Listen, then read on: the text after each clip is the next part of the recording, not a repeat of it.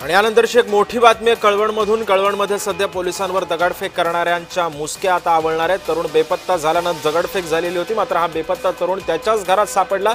तरुणाची सध्या चौकशी सुरू आहे। कळवणमधील बेपत्ता विठोबा पवार हा तरुण त्याच्याच घरामध्ये आता सापडलेला आहे। याच प्रकारामुळे परिसरामध्ये मोठी खळबळ उडालेली होती।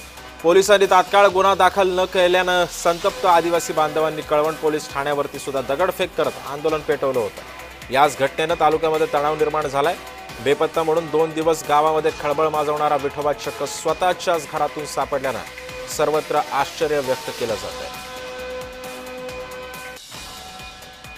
त्यामुळे दगडफेक करणारे आता सध्या पोलिसांच्या निशाण्यावरती आहेत। पोलिसांवरच दगडफेक करणाऱ्यांच्या मुसक्या आता पोलीस आवळणार आहेत।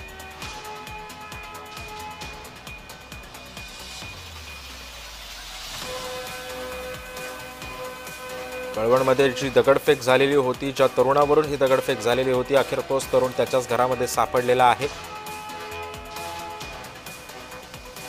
आता या संतप्त जमावाला ज्यांनी ज्यांनी दगडफेक केलेली होती ही सगळी लोक आता पोलिसांच्या रडारवरती आहेत।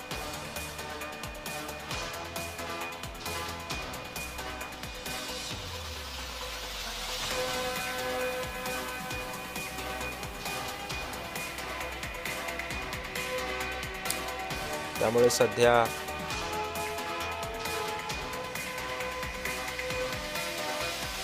शेतमजूर होता तो आज कळवण पोलिसांना आणि आपल्या सर्व पोलीस विभागाला मिळवून आल्यात यश आलेलं आहे। त्या संदर्भात प्राथमिक माहिती काय? परवा जो विठोबा पवार हा 3 तारखेला मिसिंग झाला होता, त्या संदर्भात मिसिंग दाखल होती आणि काल त्या अनुषंगाने आपण किडनॅपिंग विथ ॲट्रॉसिटीचा पण गुन्हा दाखल केला होता पोलीस स्टेशनला। सदर इसमाबाबत आम्ही 4 ते 5 टीम लावल्या होत्या शोध घेण्यासाठी। भरपूर ठिकाणी त्याचा शोध घेतला, पॅरलली सीसीटीव्ही वगैरे चेक केले। सीसीटीव्हीवरून असं निष्पन्न झालं की तो बाहेर कुठं गेलेला नाही कळवण खुर्दच्या, म्हणजे तो बाहेर कुठं जाताना दिसला नाही आम्हाला।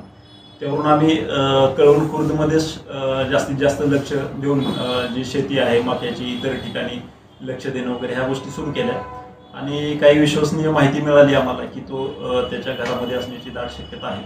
त्यावरून आम्ही टीम पाठवली आणि टीमने ज्यावेळी घरझडती घेतली त्यावेळी तो घरामध्ये मिळून आला। त्याची तब्येत ठीक आहे। आता त्याच्याकडे पुढील तपास आम्ही करत आहोत आणि या घटनेमागे नक्की सूत्रधार कोण आहे आणि त्याच्यामागे कोण मास्टर माइंड आहे याचाही आम्ही सखोल तपास करतोय आणि योग्य ती कायदेशीर कारवाई आम्ही करीत आहोत। त्याच्यात